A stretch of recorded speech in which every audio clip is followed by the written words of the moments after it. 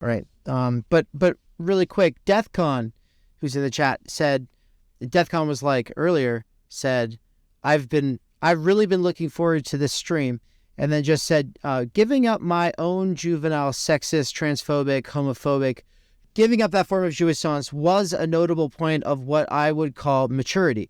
Is this what people usually mean when we speak of maturity? I mean, I think there's something to that. Yeah, I think that there's a teenager mode of enjoyment that I think people oftentimes move beyond as they mature. Doesn't mean they don't have other forms of enjoyment. They're there, but the kind of what we think of as like wild, free-spirited, teenager-oriented enjoyment of that youthful spirit. Yeah, I think that comes with certain forms of jouissance. Like being edgy and saying things just to get a rise out of people. It does seem immature. It just kind of, to me, it like all of a sudden I'm like thinking, okay, well, I've got like my theory of maturity, and now I'm sitting here wanting to like parse through that. But then I'm like, well, that's not what I should be doing this stream. I don't know if Žižek has a theory of maturity, right? I've never seen anything like that. But here's the thing, right? Like, that's why for everything I have to say about it in my book or whatever is just that, one of the big things about maturity is delayed gratification, saying no to your own, saying no to like immediate self-gratification, and trying to sometimes do otherwise, which would be, towards this longer term thing, right? And so it's, talking about how consumerism keeps us locked into immediate gratification and a form of immaturity there, where it's like, adults being immature is ubiquitous, right? And it's arguably a feature of consumerism. I think some people might use that, this talk of, to kind of shame poor people, for instance. Oh, well, you haven't pulled yourself up by your bootstraps. You need to grow up, mature, delay gratification. But the point of a critique of political economy is to see that, no one is doing that, right? No one is growing up. Yeah. And I think that pivots in. So DEFCON, if you would like to read something that's actually not too long of a read, that I think is really worth reflecting on, it's a book you love, Dave, Alain Badiou's The True Life. Oh, yeah. Oh, yeah. Well, one of the great things is that he's saying, in a lot of ways, especially I think he argues young men nowadays don't have any rites of passage that mark the transition. There's no rituals they go through that basically installs in them this sense of, okay, I have to, it's almost like St. Paul's words, right? Like, when I was a child, I thought as a child that I put childish things away. There's no symbolic mechanisms anymore that mark this transitional phase for kids. And Badiou thinks it's true of boys especially. But yeah, The True Life would be something I think you would like. Yeah, it's a great little book. I mean, he calls for a new symbolization, and so the New Symbolization Publishing gets its name ultimately from that little book. I've always said, it's like Badiou's actual philosophy, as presented in Being and Event and Logic of the Worlds, it's never resonated with me very much, but I love his short books. Yeah, same here. Same. Yeah. I don't know what to, if that's just the way it is. I've tried to read as long. I'm like, I don't know. I don't know what he's doing. I can't. Well, they're really hard. Let's be honest about that. But. Yeah.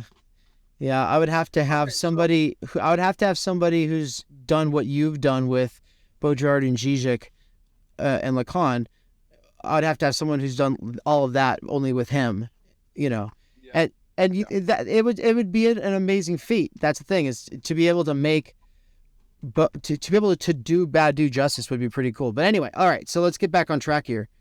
So, All right. So here's what I want. and actually, I know we're not going to talk about it tonight, but Žižek gets a sort of critique in against We have to kind of Badu, because it just happened, and so we'll talk about it some other time. But it's so good. It really is so good. But Žižek just had a quote unquote debate with Vivek Chibber, and it was on the Jacobin YouTube channel, or it still is, and it's good. I'm gonna be putting a video out about it soon. I've already talked about it on stream, but Vivek is important, and people need to know about him and what he's doing. But yeah, they both get their digs in at Badu, and I remember when we'd met Slavoj. I think, I don't know, I remember word getting around that he had a falling out with Badu, because he and Badu had been getting along and all this. But apparently, like, the main theoretical disagreement, at least according to that thing, was the labor aristocracy and Badu's way of talking about workers in the first world.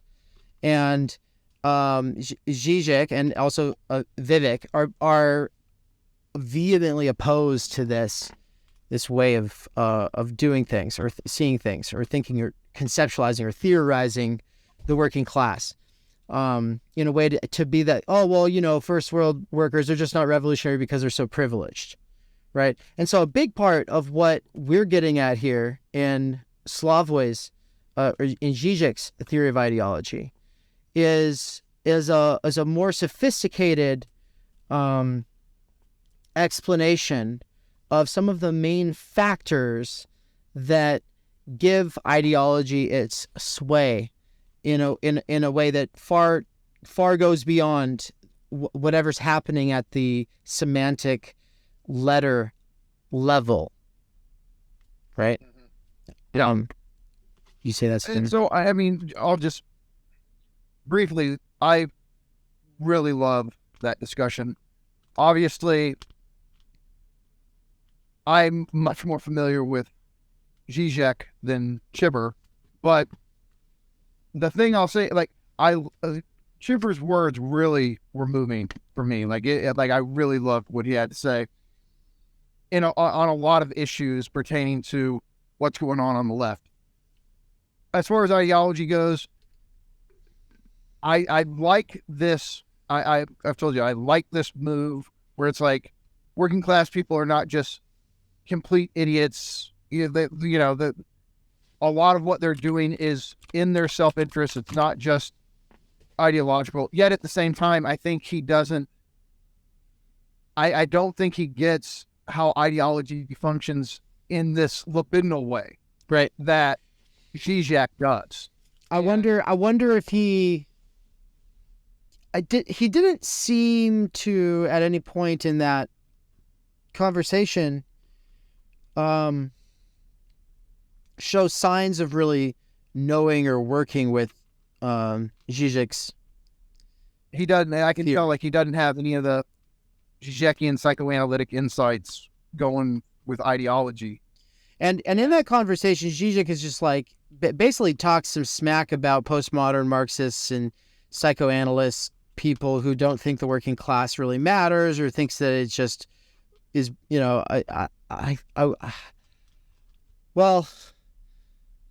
I don't think I would characterize it the way I was about to here, but we're not going to get into it anyway. So we just need to do a stream at some point where we talk about the video. I've been thinking what would be good is that we just play it and pause it and talk about it. Do a couple of streams like that. Do a React video. Yeah, do some React. Because TheoryTube doesn't have React content. It doesn't really have like live React content. But we could react to clips, I guess. I mean, doing the whole thing with that would be a lot, because you know how me and you will talk about one thing, like that could get really long. Yeah, we could just have fun with it. But right now, I'm just like, okay, so I've got the camera off. I'm not doing React content, and so we just wanted to raise awareness for anybody who's in the chat who didn't know about that conversation that just took place. That it's good, it's important. But yeah, we're not so sure that Chibber knows exactly what Žižek's up to, and Žižek doesn't exactly defend himself. He just gets really kind of supportive of Chibber's project because he really likes it, but he doesn't really defend his own. He doesn't really assert the value of his theory, and so that's one of the things ultimately that you're going to have to do for us, Michael, because, great, because if someone as important and sweeping in his work as Chibber is missing something that Žižek's doing here, then we'll have to sort of, okay, so what is it, and work through it. Well, I told you there's a moment where he's talking about, people in the working class, for whatever reason, they supported Trump. And you can tell he doesn't have any good answers for why that happens. His whole thing is that, yeah, but if you look at their material conditions and you actually take their situation into proper context, you can start to see that there's a certain logic they're operating with that is reasonable given their situation. And so, but here's the thing, right? Žižek has a much better way of explaining why someone like Trump resonates with people, and it's because of the libidinal dynamics at work with figures of the master, right? This is a whole section of this lecture I want to get to, so I don't want to go into it right now. But the point is that Žižek, I think, more fully can explain why someone like Trump can come in to the political scene and have such an enormous effect on it the way he did. And I don't think Chibber's framework is really going to be able to do much with it. It's just going to be like, well, yeah, it's going to do basic shit. Like, oh, well, Trump spoke to their interests or what. Like, that's not the actual appeal that he had. And so Lacanian psychoanalysis does a much better job of fully fleshing out. Wait, you cut out. I'm back. Is it back? Are we good? Are you there? I can hear you. Can you hear me? Yeah, I can hear you now. Oh, okay. Are we back, everybody? I can hear you. Chat. Are we back? Yeah, chat. Hey, you'll have to help remind me where we're at in this conversation, because I was just saying something and then I lost it. But I want to think, if I don't pivot into like what I really have to talk about, we'll do the same. Like, let me get into the lecture here. All right, Deathcon said still here, and let's jump in. All right, so what I want to get into for this stretch of the discussion is just, I want to emphasize, and I mean, we already have, right? But for Žižek, what he brings to the table with his theory of ideology, it's also the role that politics plays in enjoyment. And so Žižek's politics, you can say, is a politics of enjoyment or jouissance, and that we cannot properly understand politics and ideology without understanding how jouissance factors into it. And this is why Todd McGowan's new book is basically, it's a book that's solely on the politics of enjoyment. And so even though Žižek has always written about politics from the perspective of jouissance, anybody who reads Žižek knows that he is it's like he's free associational in the way he does theory. And so he'll talk about political enjoyment, and he'll connect it here, and then he'll connect it there, but then he's off talking about movies, and then he just goes, right? It really is like ADHD writing. If I could get away with writing books like that, I would have a lot of books to, I'd be able to put a lot of books out, I imagine. But I don't know, maybe like I've emphasized, I think it was in our first lecture, this does not mean that he has a really inconsistent theory. No, I don't think he does. I think it's very cohesive. It's that the way he applies it, you don't, like, when you know the theory as a whole, or even like almost as a whole, like, I've still got stuff to learn about it, of course, but I feel like I have a pretty decent grasp on how it works as a whole. You see what he's doing with all these examples, right? But if you don't know the whole, like, it's almost the Hegelian thing, like the truth is the whole, right? Like, if you don't have the overarching structure of the theory, you don't see how each of these examples are fitting into it. And he can't explain the whole theory every time he gives you an example. And so learning his theory is just this process of going, it's like dialectical. You go from the particular example back to the theory as a whole to a particular example, and you keep carrying with that conflict between, okay, I know he's talking about the specific example. I don't know what the big theoretical implications of it are. And you just are constantly going back and forth between that. But the great thing about Todd McGowan, even though Todd and Žižek are not, like, it's not like Todd just simply agrees on every point. But they are also so similar in the framework that they're working in that, like, they really, reading them together has been so helpful for me. And, like, Žižek can illuminate things that McGowan says. McGowan illuminates things that Žižek says. And it's really, really rewarding to read them together. And now you get to illuminate it all for us. Oh, well, yeah, okay. Perfect. So, but no, so Todd's new book is The Politics of Enjoying, or it's called Enjoying Right and Left, something like that. And there is a great video that's on YouTube. I think if you type in Enjoying Right and Left, it's a hour-long interview he did. And he's basically giving you the gist of what the book as a whole is going to be about. And what he argues, even in this video that you can watch, but what he's going to argue in this book is that on the right and on the left, we have two different forms of enjoyment. And he's trying to say that politics as a whole has been organized around the battle or the struggle between these two different forms of enjoyment. And that rightist enjoyment is organized around a particular enemy or, a threatening sublime object, as we just worked out what that means in the other videos, right? Right. Whereas leftist enjoyment is about enjoyment of the universal lack. So the point is, rightist enjoyment tends to enjoy the scapegoat, right? The particular figure that is obfuscating structural deadlocks. So whenever you start blaming a scapegoat, I don't care if it's the Jews or immigrants, whoever it is, the problem in this is that the real social problems are being caused by the system itself, right? Look, I get it. Like, if you were living in some ancient little village and a brutal conqueror came running, bringing his army to your village and they started raping and pillaging, obviously an external enemy is your problem. Like, obviously. But the way that the scapegoat works in modern society is, in capitalist society, there's all these structural problems, these contradictions in the Marxist sense that are baked into the system itself. And because that's incredibly complicated and it's dizzying to try to think all of that, the scapegoat becomes an easy option because now you can just disregard all of these structural problems and you can pinpoint the root of the problems you're facing on some external foreign intruder, a scapegoat.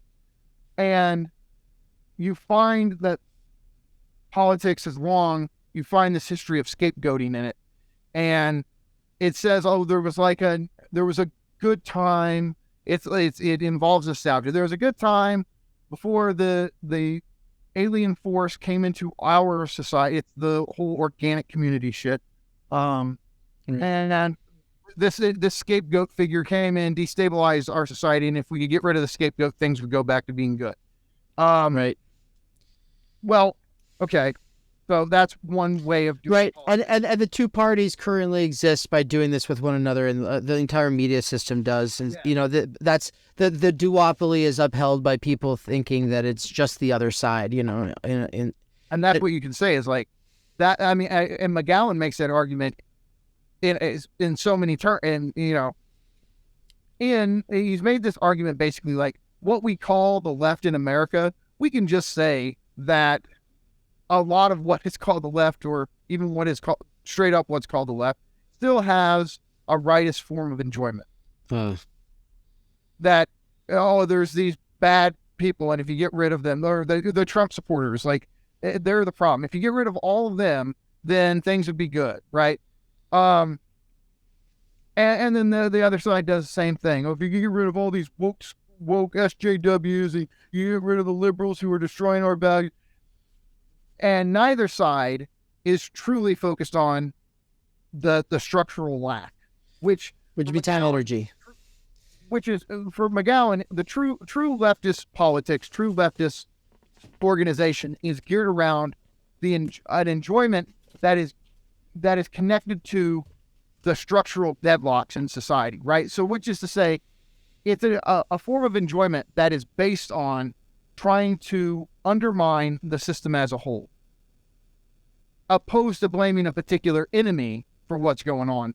It's as if you can basically say one focuses on a particular enemy, the other focuses on the general structure.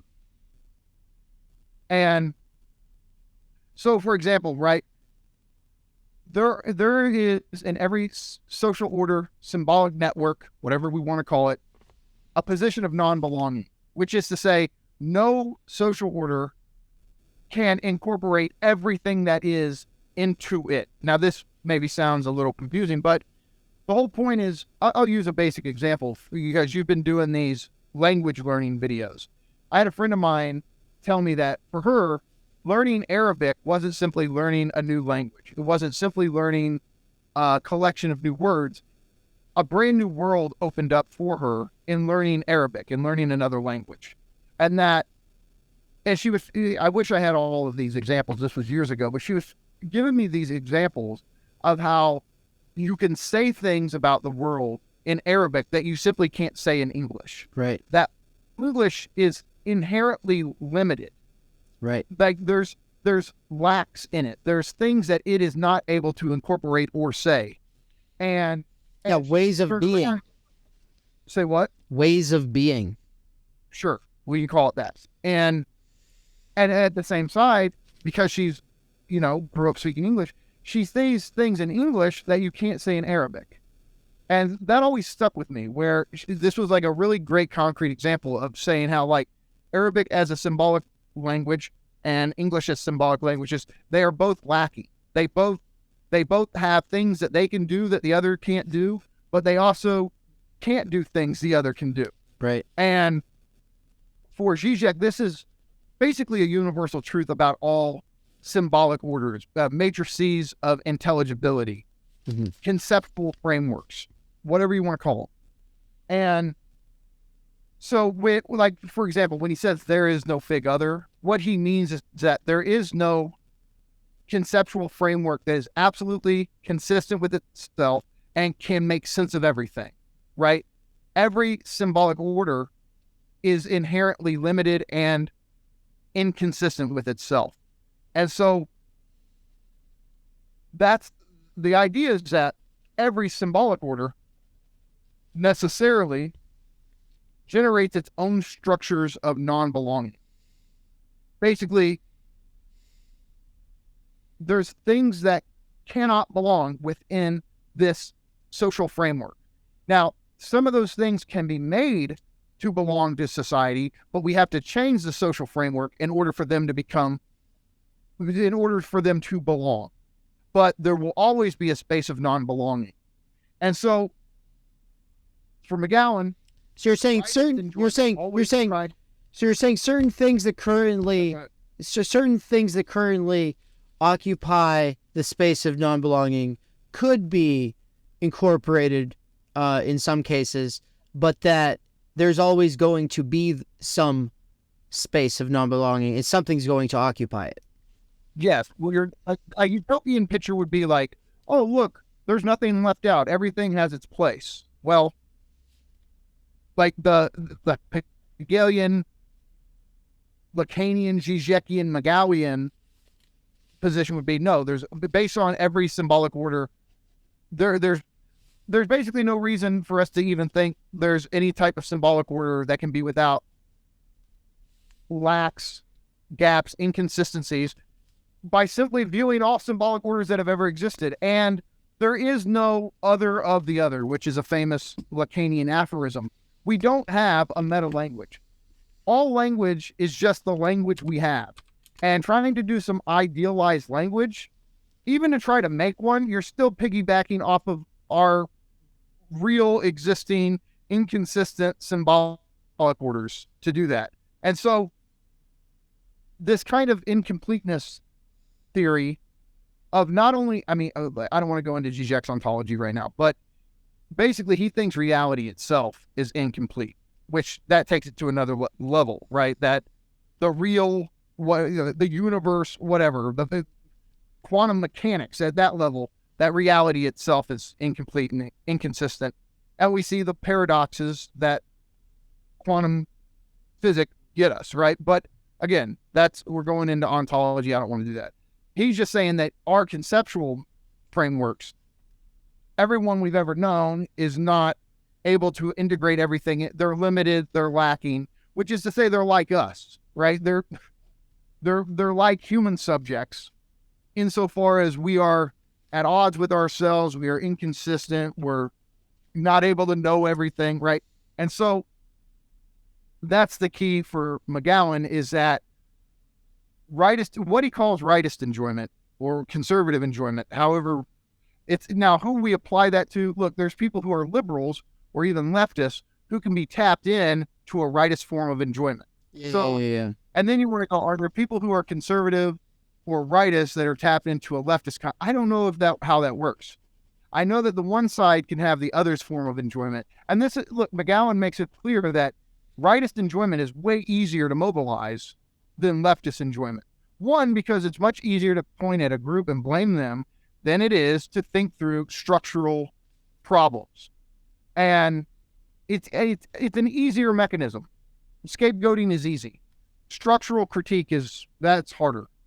And so, and I think I mentioned this to you before, but here's the thing, right? So, but if your political enjoyment is geared towards the universal lack, or towards the structural deadlock, or what Lacanians will call the missing signifier, or the lack in the other, just to say, if it's geared towards the gap in the general social framework, that's totally different than enjoying at the expense of a particular enemy that you've placed over the structural lack to obfuscate it.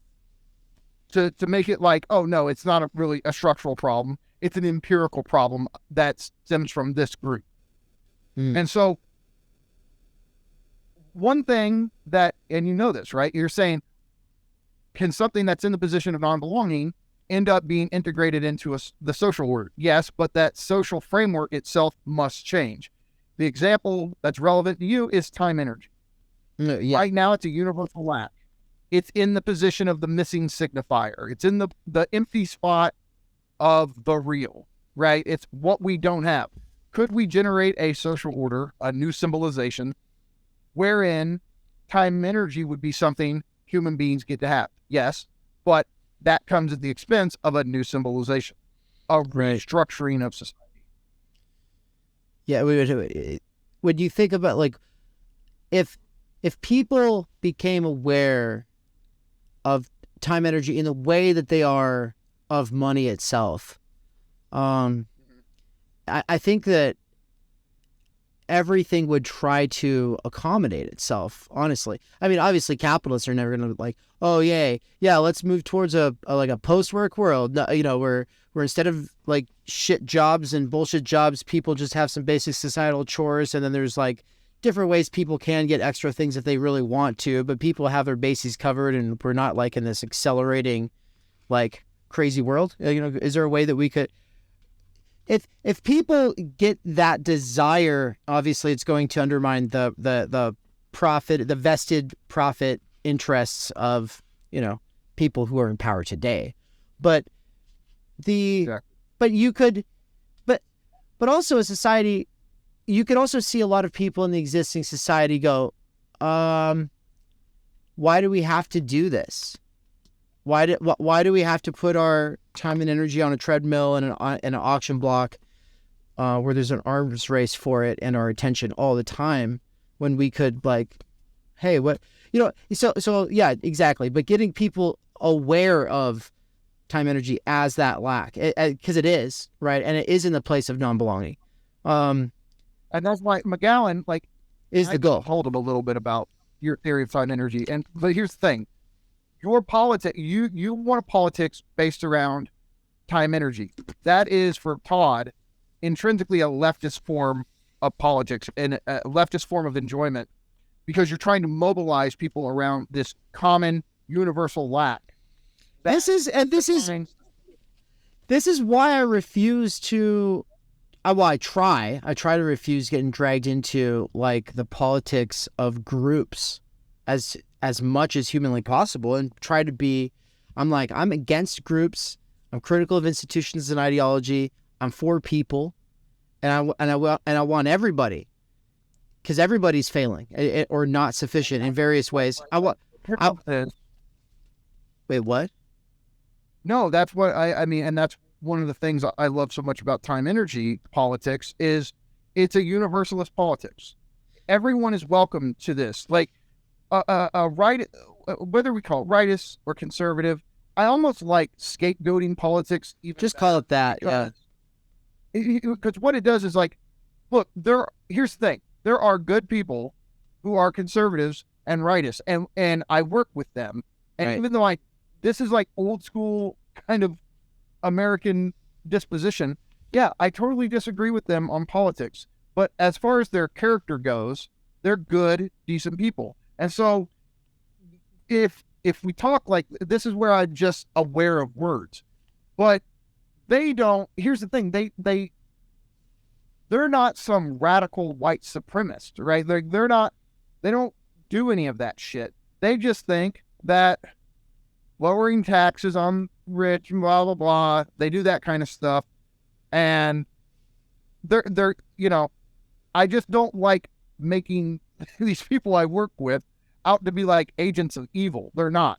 And so, yeah, on the one hand though, but there's absolute truth to what McGowan is saying about this type of scapegoating form of politics.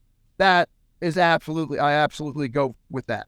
And so the problem is with any form of scapegoating politics, and you think about Charlottesville, Jews will not replace us. Well, okay, Jews can't join that political movement because it is a particularity through and through. Like its political organization is based around the particularities of those who belong, the particular people who belong, and then the particular group that doesn't belong, which I guess in this case is the Jews, right?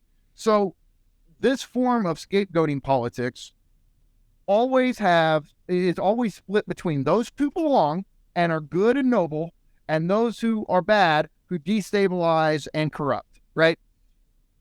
That form of politics, fuck that shit. And a real form of politics that is universally inclusive is the other type that says, no, it's not based on your particular identity. Like a real leftist universalism is the opposite of identity politics insofar as everyone's welcomed, because in a sense, everyone can, in a specific way, is part of this universal lack. Mm-hmm. So, time energy. I don't care if you're white, black, gay, straight, hetero, whatever, trans, cis. All of us lack our time energy. Right. Right? Like we're all dealing with this universal lack. And so a leftist politics would try to organize all of us around this common lack we all have, opposed to our particular identities.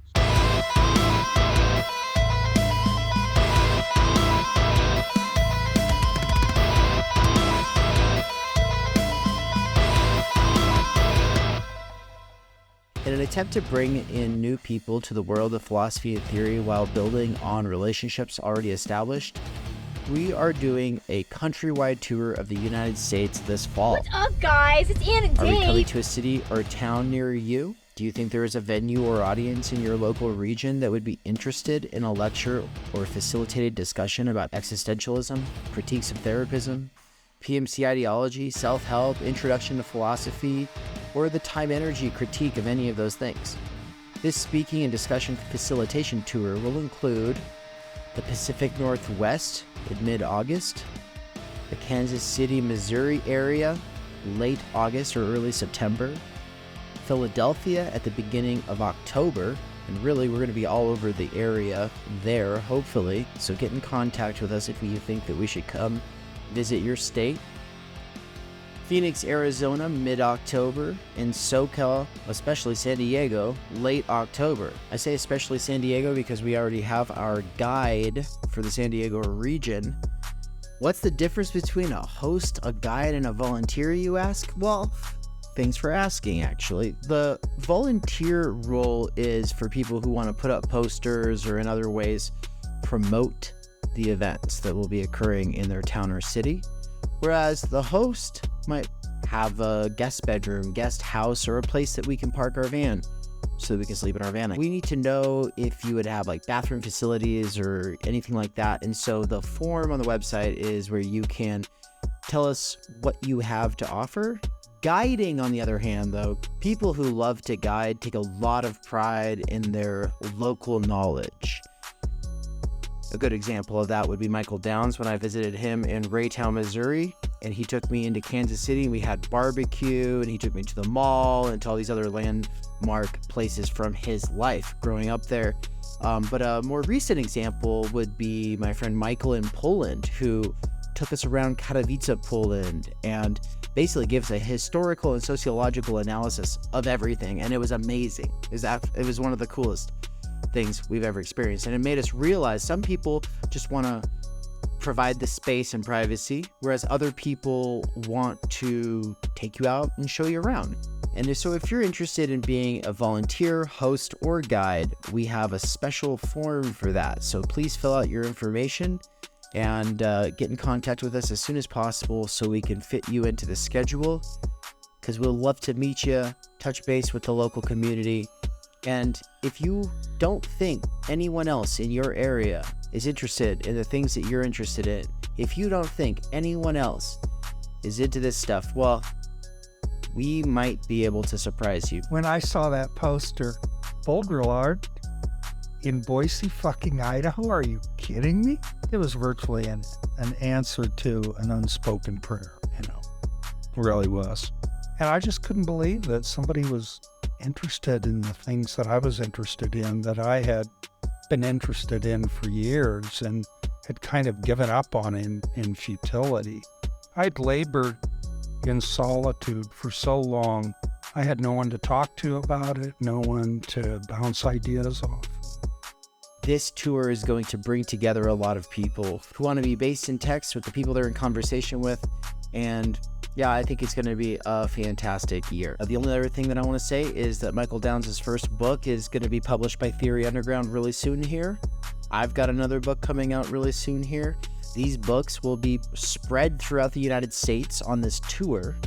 So I'm hoping to be able to do some actual book launch events at various bookstores. Outside of that, I guess the last thing that I would say is that Michael Downs is gearing up to teach For They Know Not What They Do by Slavoj Žižek. We're putting out all these introduction videos and other interviews related to the topic of Hegel, Lacan, Žižek, because we want to give people an accessible and sturdy basis in the discourse. The problem is that Michael Downs is very busy having to work at a wage slave job. And so if you want to help in freeing Mikey, make sure to go to his Patreon at patreon.com/thedangerousbaby and make a donation. Thank you.